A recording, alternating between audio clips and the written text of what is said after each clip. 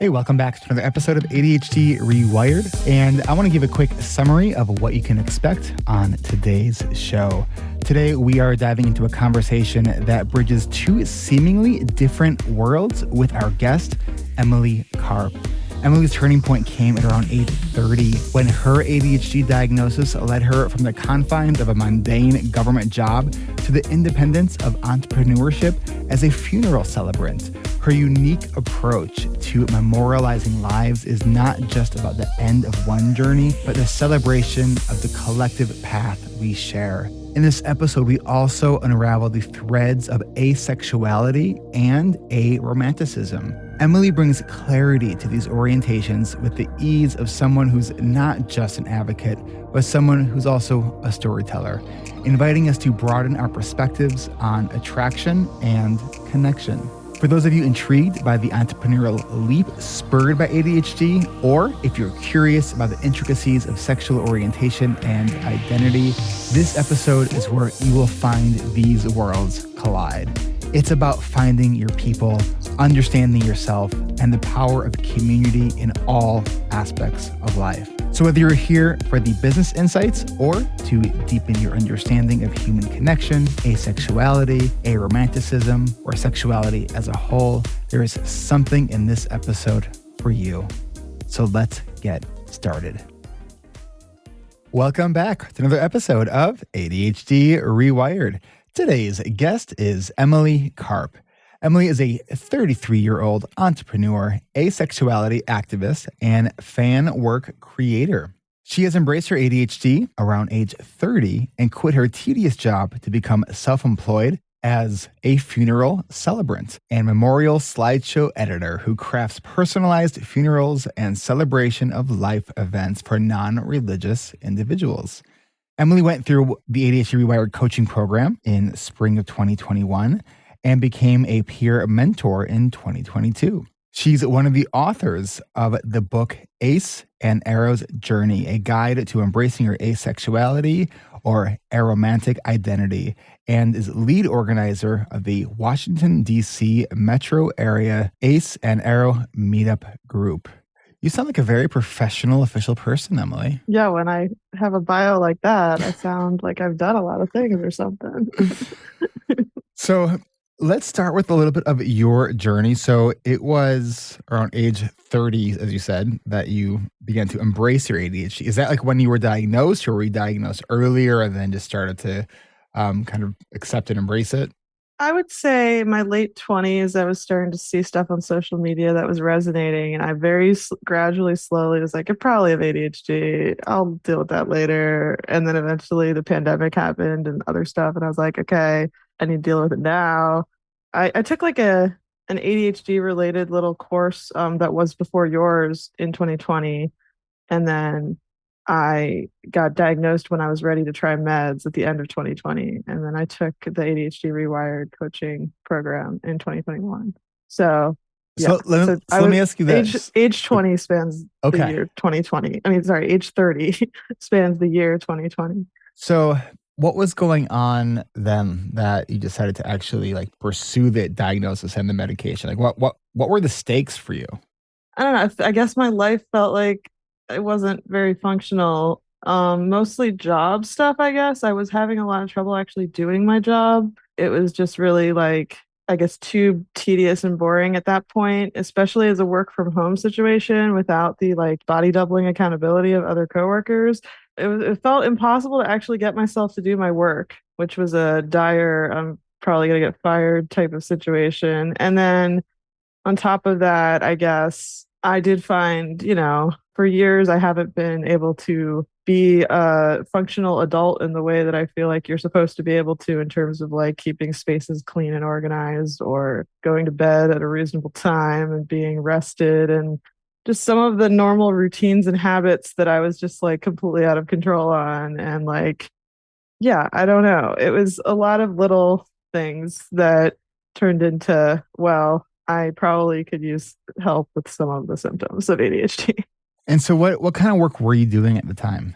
I was an administrative professional in the federal government as a contractor. So not the government employee, but working for the government. And I I started off in the like document management unit. Like everyone in there, it's like technically my job title is administrative assistant, but everyone's administrative assistants. We're not assisting someone. We're like doing things. And then they moved me to a FOIA office for the general office of the secretary. So the, the cabinet member, we're just generally going through Freedom of Information Act requests, FOIA. So my job, being the lowest on the totem pole, is mostly redacting calendars if they have any personal information before they go out publicly, or helping with entering in a FOIA request that comes in by email, moving it to the computer system instead. And so I think at first it was actually fulfilling. Most people find there's like some meaning and you feel like you're providing value, that sharing this information with the public is an important task, and you're providing value, and it's something that is somewhat interesting to see these documents. If you can find a little bit of like interest and joy in little moments, it's funny that this person is going moose hunting and I have to redact that, or whatever it is.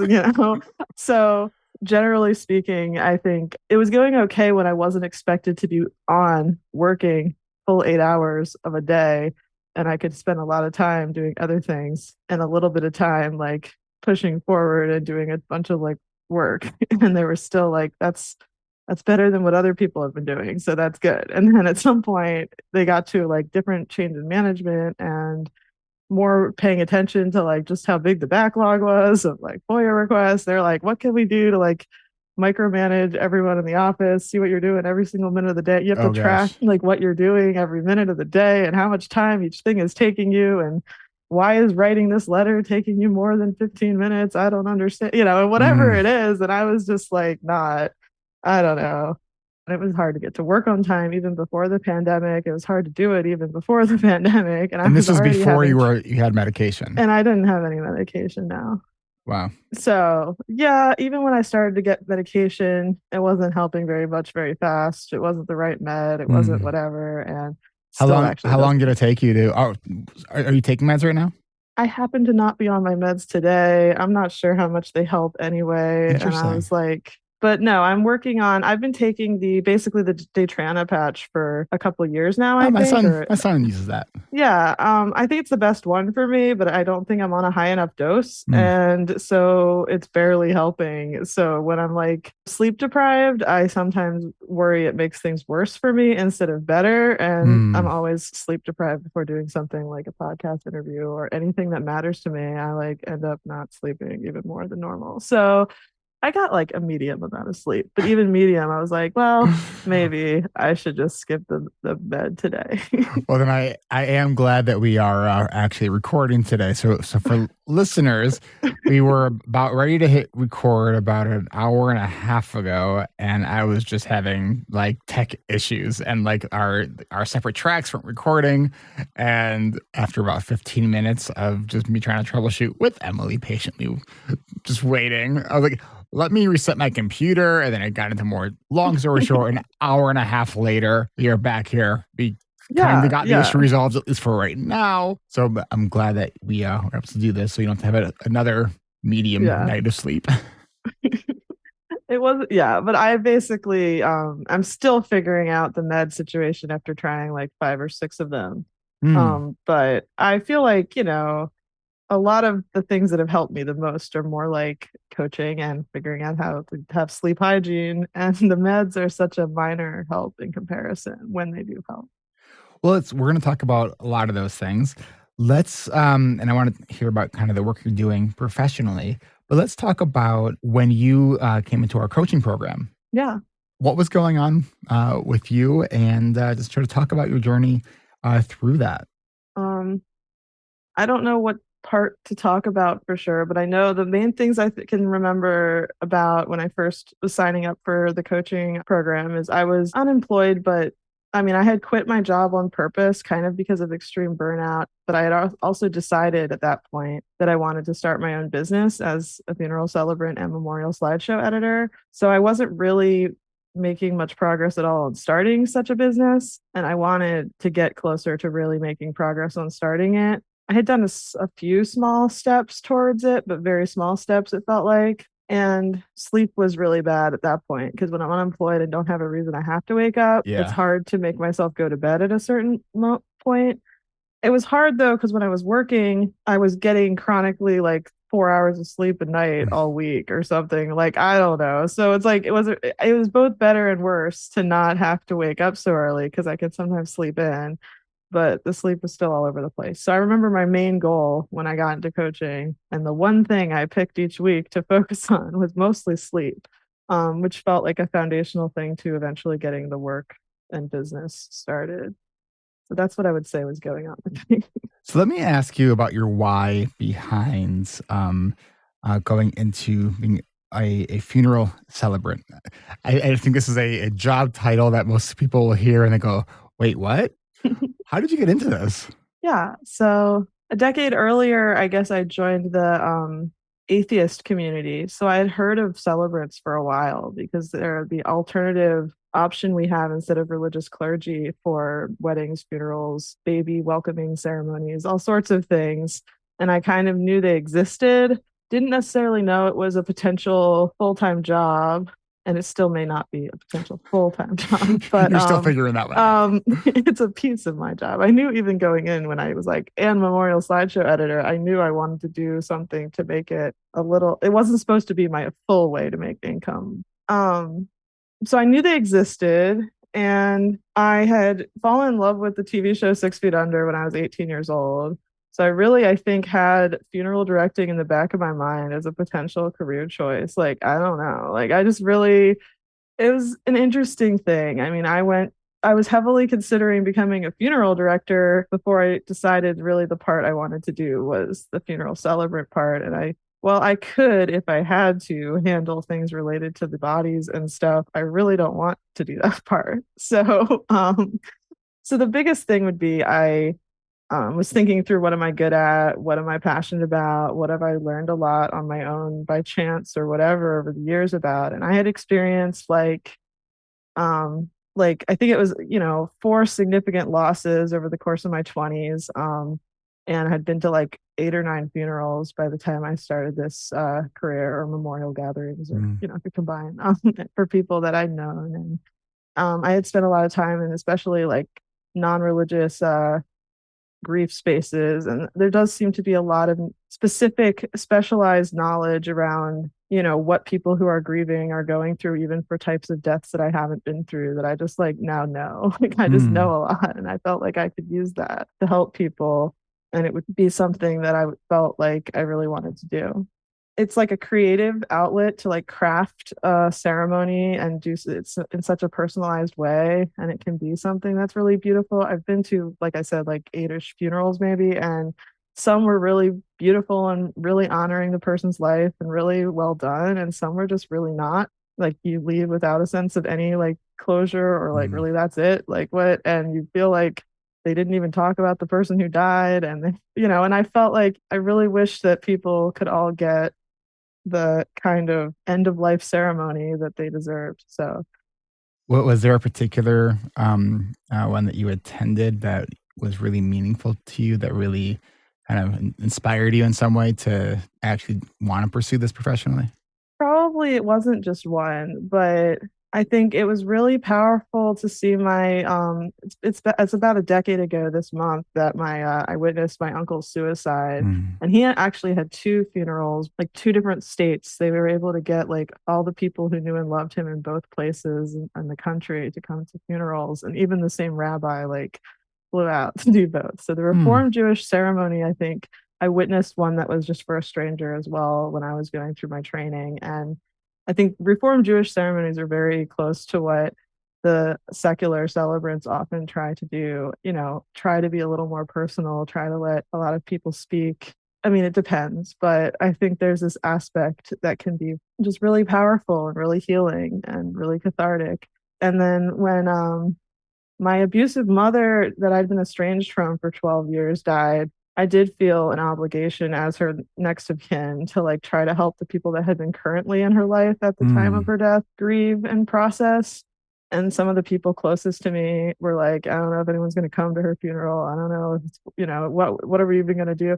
We didn't do even the kind of traditional thing with a speaker or a eulogy, but having a gathering, having a space to try to let people process the loss of someone they cared about actually was much more healing than a lot of her family expected, because we all had such difficult relationships with her, even close friends that like had falling outs with her because of her various mental illnesses and whatever. And it was like, Mm.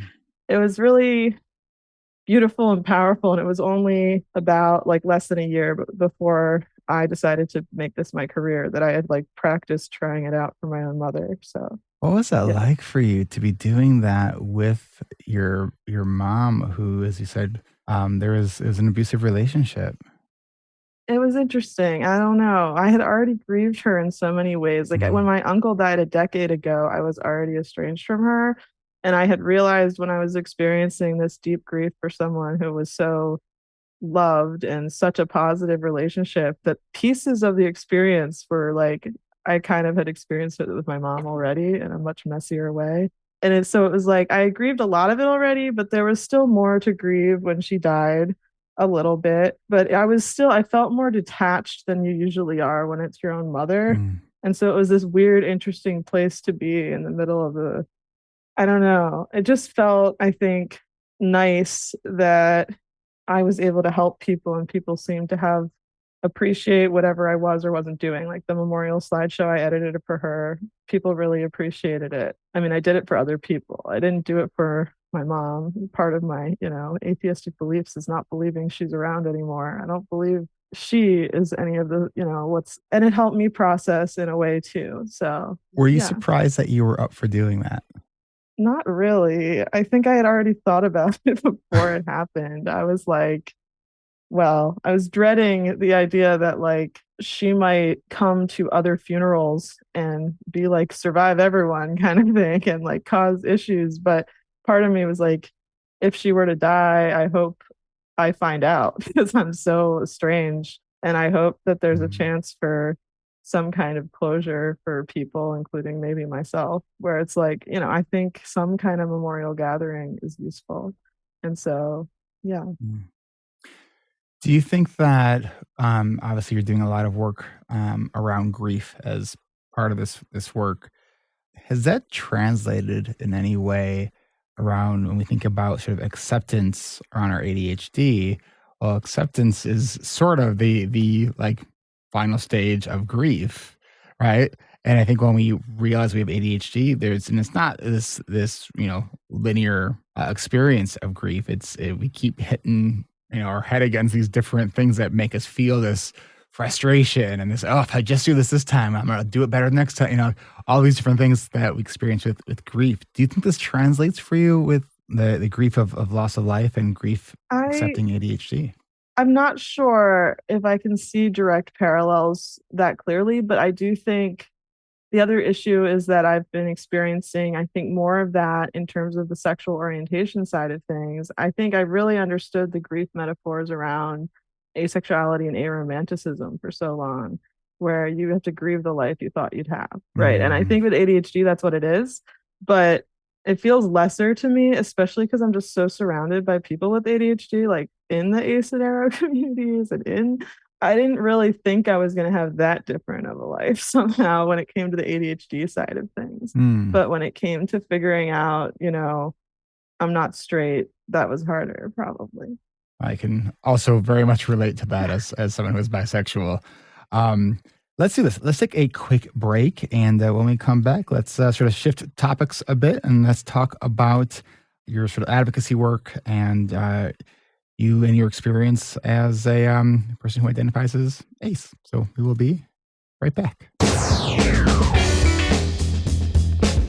Support for this podcast comes from our award-winning intensive online coaching and accountability groups at coachingrewired.com. Our winter season of coaching groups starts in the new year on January 11th, 2024 and goes through March 21st. Learn more and get registered for our next winter registration event on Tuesday, November 28th at 11 a.m. Pacific, 2 p.m. Eastern by getting your name on our winter interest list at coachingrewired.com. Do you start your day motivated and ready to go, only to get to the end of the day and wonder, where did the time go? Does it feel like no matter how many to-do lists you make or how much you add to your calendar, it feels like you're not making meaningful progress on the things that matter most to you? Do you have a hard time saying no to other people, but you're ready to start saying yes to yourself? ADHD reWired's coaching and accountability groups can help. Because here at ADHD reWired, we'll provide you with a space that's shame-free and judgment-free, where you can learn and grow alongside other adults with ADHD who actually empathize with and understand one another. It's a space where you can work together with others to develop new skills and reinforce your own existing strategies so you can reduce the feelings of overwhelm, flounder less, find focus, and flourish more. So if you want to learn how to better budget your time, manage your energy, incorporate more self-care, create actionable steps to follow through with your intentions, all while having a community of like-wired brains to support you along the way, then this is the group you've been looking for. Sure, we offer tools and ways to help better manage your ADHD, but it is way more than just about the tools. It really is about staying curious, learning the power of flexibility, being resilient, and having a community of like-wired brains to provide support when we do stumble and fall.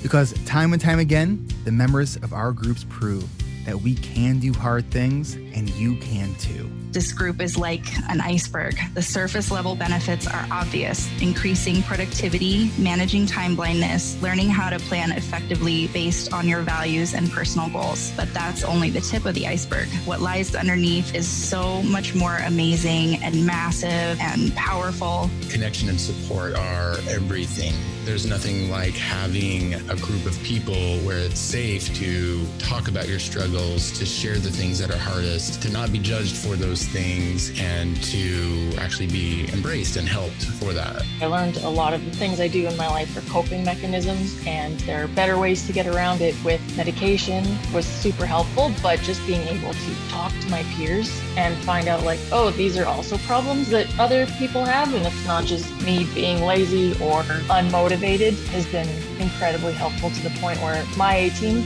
we've already got plans for meeting regularly well into the future. Just the support group around it has been a big game changer for me. Something that I did not expect was just immediately recognizing myself in a lot. It literally feels like you're staring in a mirror like for 10 weeks, but in a good way. So I did not expect the community and sort of the outreach and the connection. To find so many like-minded people who understand the struggle and are on their own journeys to work through it has been so different from anything I've had before. This is why we did this program. That's why I did this program. But just connecting with other people and just understanding that everybody struggles. That's just what it's about. And I always say this, and it sounds like something off a box, a milk box or something. The best is yet to come. Absolutely. And as human beings, we were all born to shine, and you are. And I love you guys.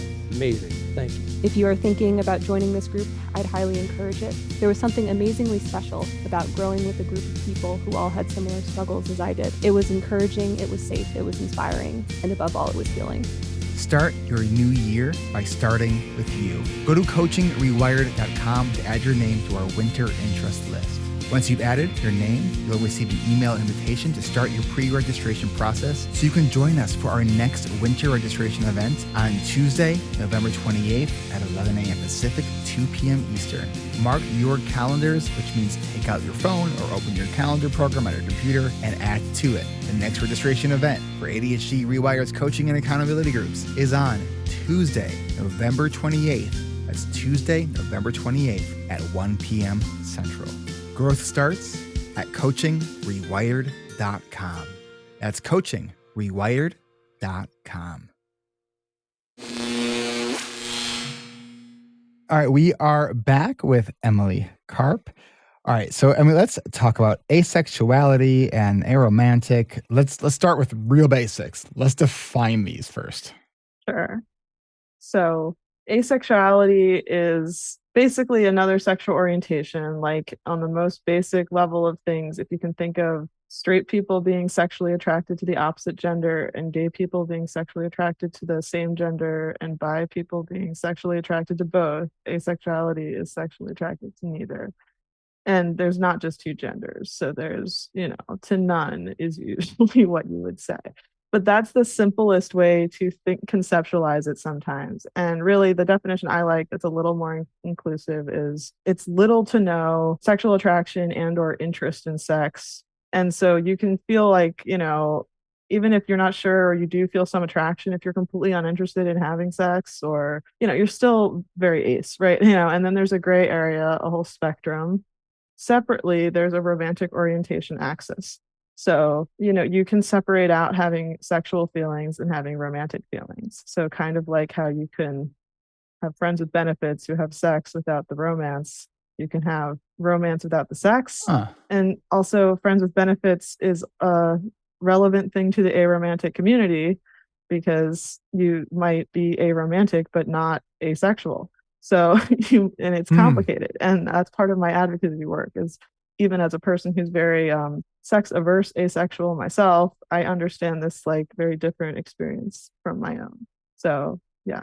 And I know, you being an active member in our alumni community, I had heard of asexuality and knew a little bit about it, but the aromantic, that was like, I think you were the first time I heard about that. And, I did a little bit of research to try to familiarize myself with what that is. But am I correct? Is that both of these identifications, you could still have a significant other? Is that? Yeah, it's very complicated, partially because we like, so sometimes people bring up the analogy of like, sometimes people who are closeted gay, gay men, for instance, have sex with women and they might be repressed themselves or not understand themselves for a while. It might not be just like clear cut closeted. It's complicated. It's like, but when you're ace, there's not this other gender that's better and more fulfilling to go to instead.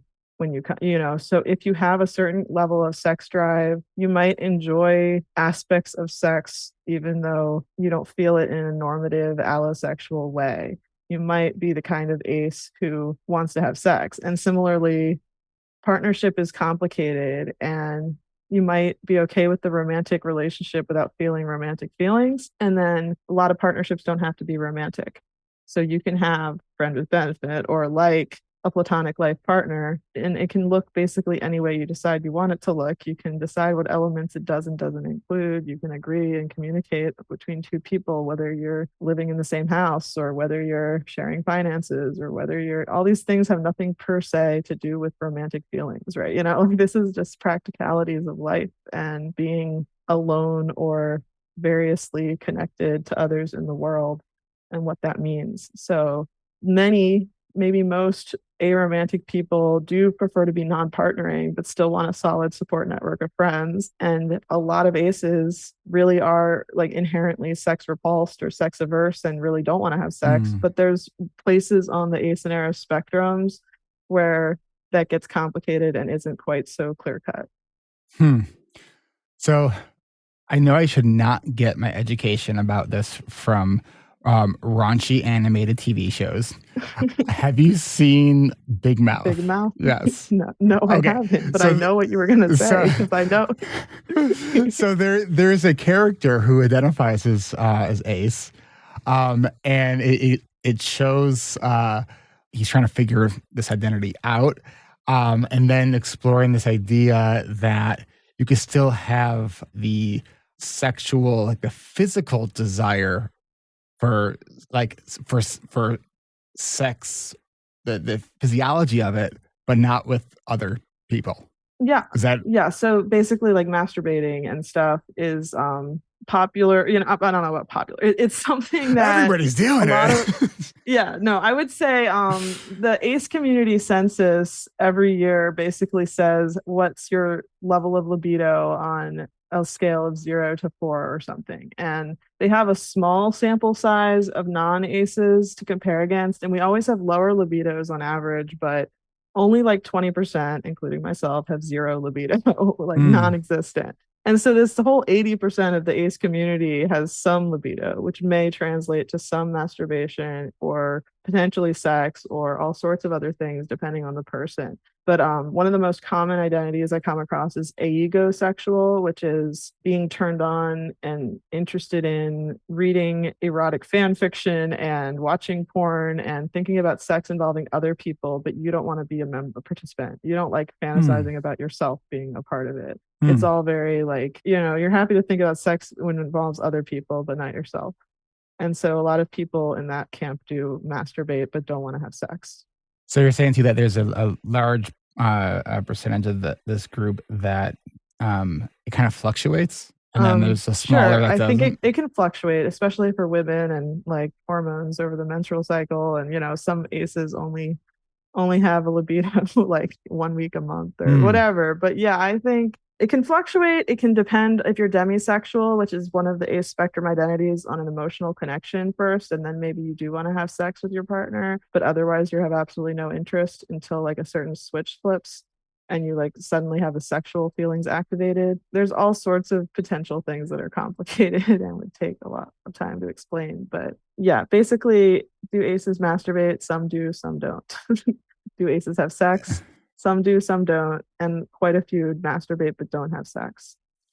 It's interesting too, as being I guess semi-recently out as being bisexual, I've gotten the question, well, who do you like more? What's your percentage? I'm like, it depends. Like, for my whole life, it's always fluctuated. And so it's interesting to learn about different gender sexual minorities that I'm not super familiar with, because I think it's the more inclusive and understanding we can be of each other. And I even think about someone who's maybe listening to this right now who maybe like they think something's wrong with them because they are like, why don't they have a sex drive? And it's like, there's nothing wrong with you. It's just you're wired differently and your hormones are different, and that's okay. Yeah, I think a big thing to think about when it comes to sexual dysfunction or like medical problem versus sexual orientation is like, do you have any other symptoms that are usually associated with hormone problems? Did it change suddenly, or like, did you used to be one way and now you're another? Because someone like me is just like none of the other symptoms related, and I've had it my whole life. I've never had a sex drive that went away. I just don't have one. And is the understanding of that too, is the exploration of like sexual trauma? And the other thing I guess that I'll bring up when you bring up sexual trauma is it's complicated, and mostly though, I think the inclusive way to approach asexuality is if something turned you ace and you want to identify with the ace community right now, that's okay. Like whether it's you're on antidepressants for life that work for you but completely kill your entire sex drive, and you decide you're asexual now because this is how you want to live your life. I mean, some people will say like it's a born this way model of sexual orientation, and if you're not born this way, you're not ace. But I think that's an exclusive gatekeepy way to handle it. It's a complicated issue, but a lot of people don't know if sexual trauma or their orientation came first, especially if the trauma happened before the age of puberty. And if you identify with asexuality and relate to what we're saying, you're welcome in our community, and you're just as ace as any of us, whether or not you've had sexual trauma. And also it can be a different nuanced thing that if you read the very finite, experiences that people have, you might realize you don't relate as much to asexuals because some part of you still feels like, sexual feelings that a lot of aces don't feel. So you have to navigate that for yourself. You mentioned that you see a lot of ADHD in the ace community. And I think in just queer communities, I see a lot of neurodivergence. What do you think that there is like what connections do you see kind of going both ways? Like, do you see a lot of more like neurodivergence within ace, or more ace within neurodivergence, or kind of just a bit of both? Is there overlap? Yeah, I mean, before this interview, I was looking up some of the statistics from the ACE community census, but I was also looking like I know the rates of ADHD in the general population are really hard to pinpoint, right? Like percentages are always like it's somewhere between like 3.5% to 10%, depending on who you're talking to, right? Like, and in general, like sexual orientation, percentages of that in the population is really hard to pinpoint. Like, you're bi. Do you know how many men are bisexual in the world? Well, it is funny because we research has shown that bisexuals are the largest represented population, and yet the most like, I don't say the most marginalized, but sort of like the because it's so easy to sort of be straight masking in a sense, Yeah, like pass as straight or end right, up. I was married to a woman. I'm in a relationship with a woman who's also bisexual, but it's like you see us on the street and like, oh, there's a heterosexual couple. It's like, no, not really. Right. Yeah, I know a French group in 2021 tried to do a worldwide survey, and they found on average about 80% of people in the world were heterosexual, but the other 20%, like a whole 11 of them, either don't know or won't say which thing they are. So the percentages you get for the 9% of queer people were like 1% asexual, 4% bisexual, and some other numbers, but there's all these people that aren't being counted, and then there's all these people that might identify as straight because they don't know enough to say they're ace or bi or any of these things. So a lot of these things rely on self-report data and stuff. But I guess the ADHD part of all this that's just interesting is like it's only 3.5 to 10% of the general population, but they asked 2 years in a row what percentage of the ACE community had ADHD. And in 2019, 21.5% were either professionally or self-diagnosed. And in 2020, it was 22.9%. So it was, growing by quite a percentage and a half. Then there were a bunch of people that said they were unsure. So it was like barely over half of the community doesn't have ADHD. It's like almost half has ADHD. And autism is also like somewhat similar, slightly lower, but also I think more stigmatized and complicated. But like, yeah, they didn't ask about both, or they have the data. They just didn't share the data for both unless you ask as a researcher. That's part of the way they do the research. I don't know how to phrase it, but they like don't have the most sound scientific methods. It's more of like a good starting point for real research later. Like you look at this data and you use it to help form a hypothesis that you can do a real research study off later. But, with autism, I think in 2019, 8.5% of the community are professionally diagnosed, and an additional 9% are self-diagnosed, which adds up to 17.5% of us are autistic. And it was actually slightly lower in 2020, which makes me think maybe my hypothesis would be that more neurotypical people might be finding out about their asexuality finally. Because I think something about being neurodivergent helps you like figure it out faster or be more interested to solve the problem. Maybe. Yeah. It's sort of this idea that I think because of having ADHD, like I had to learn how I learn. Like if I wanted to be somewhat successful in life, I had to learn how this brain works. Otherwise, I was not going to do well in life. It's the gift of not having the luxury to, do anything on autopilot. Yep. Yeah.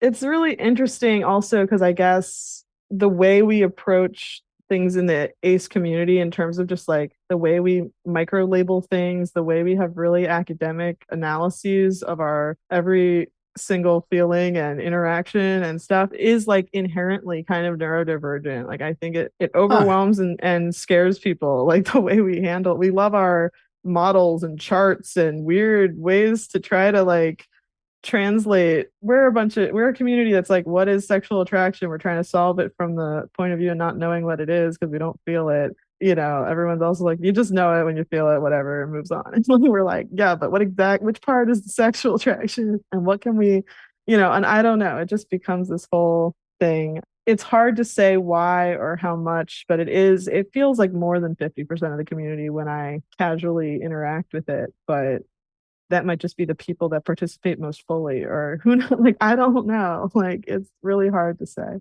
Well, it does sound like a through line for a lot of things for you. It seems like from ADHD to the ACE community is community. Yeah. So let's take a quick break. When we come back, let's talk let's bring us all sort of together and talk about how community has really helped you manage your ADHD and just in your life. So we will take a quick break and we will be right back. Hey there, ADHD reWired listeners. It's time for your favorite ad for a product that doesn't exist. At least not yet. Hey there, ADHD Hey there, ADHD Rewired listeners. Are you tired of laundry piling up because your ADHD makes it hard to stay on track? Well, we have the perfect solution. Introducing the LaundryBot 3000, the AI-powered robot that does your laundry and folds your clothes and can even put them away. Imagine a world where you never have to worry about mismatched socks or unfolded t-shirts or which basket is the stuff with the clean stuff and which one is dirty. The LaundryBot 3000 uses advanced AI to sort, wash, dry, and fold your clothes to perfection.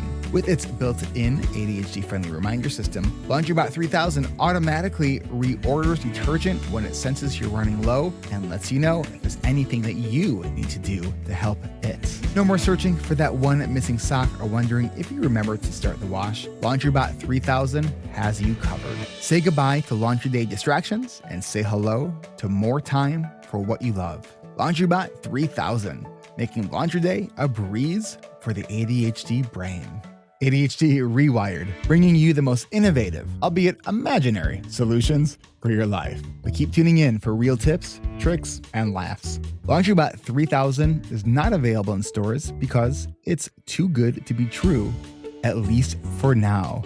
Because I've been doing research on my presentation all about AI, and this is probably coming within the decade.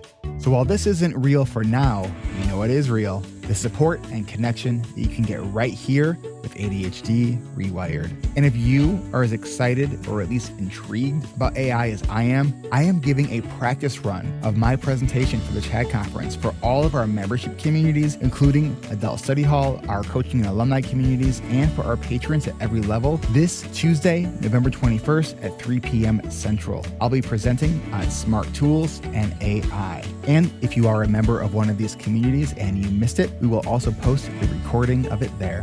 Share the love, support, and connection of all things ADHD Rewired by sharing this episode with your friends, family, or anyone else who you think might benefit from this show. You can even continue with more connection and support in our virtual co-working community at adultstudyhall.com or our free and secret Facebook community, which you can apply to and join at adhdrewired.com/community. And if you like what you're hearing so far, whether you're new to the show or a long-time listener, consider leaving us a rating and review on your favorite podcast player if your podcast app lets you leave reviews. And thanks for getting this far.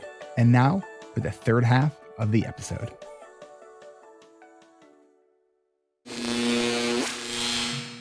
All right, we are back. So let's just talk about community here. So you're very active in the ADHD community with ADHD Rewired. You're very active in the ACE community. What does community mean to you, and why is it so important?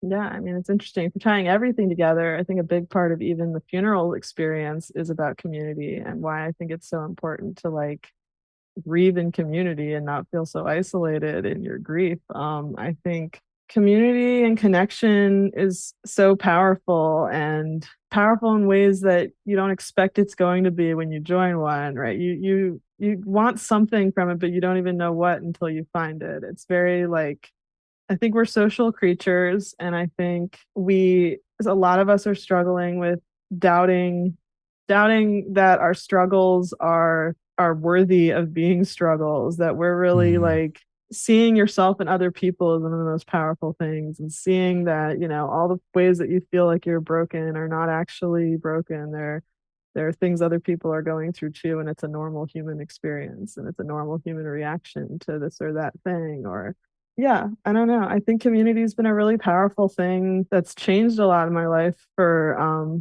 the past decade or so. You know, I struggled with not even having many friends throughout like college and stuff. And I really, you know, became much more social in the past probably decade or so.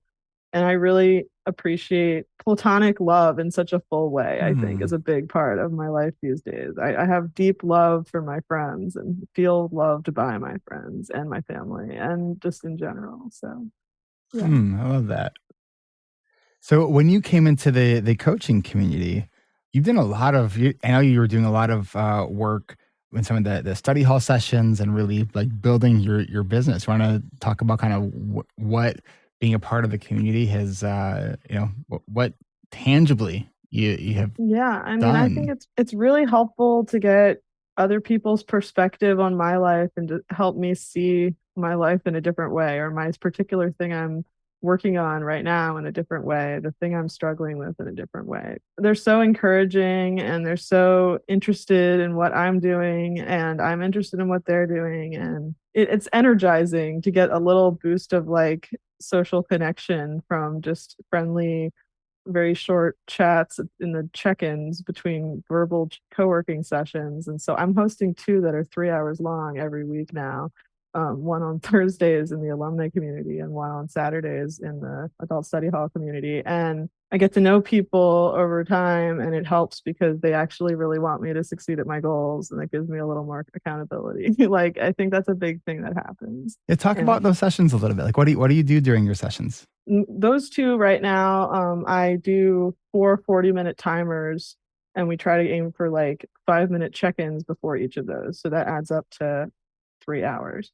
And 40 minutes is a really good chunk of time for a lot of us who feel like the 25-minute ones go way too fast. So we do like a 25-minute. Yeah, I don't like the 25-minute one either. I do a 50-minute version for the the monthly 25-minute Pomodoro dance party. Pomodoros. I got over those fast. I was like, what is that now? It's like, wait, I just got in the groove. Time's already going off. So yeah, so I tend to do when you first join, you can drop in at any time, but the first time you join, you check in about what you're trying to work on. We're all like rooting for you to get that done, but to try to minimize the check-ins being too long, you only check in at the beginning and the end. So in the middle, we do the reaction visual buttons of like, are you making progress or are you struggling? And if you're struggling, maybe we'll check in with you. So we'll talk you through your struggle. And then we just, in the intermediary check-ins, we check in with the people who just joined, but mostly everybody else is, if they're on a roll, we let them keep working and we cheer them if they're accomplishing their goals. We also update in the chat a little bit. And there's just this real sense of getting to know each other over time. A lot of people come to the same one event each week. So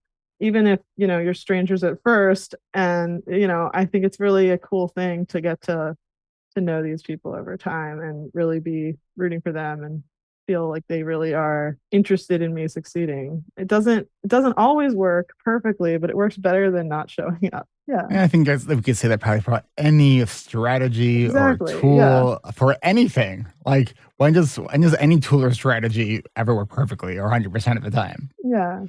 So during the last couple of years, since you joined the coaching program, you said you improved your sleep. You started getting into an exercise routine. Yeah, I mean, it's very messy, I would say. It's routine. Yeah, with a question mark. I use the word routine loosely, but I am exercising as opposed to not at all. That's great. You said you decluttered your clothing. I did. Yes, that was big. I'm not seeing this in my notes, but did you also launch a website?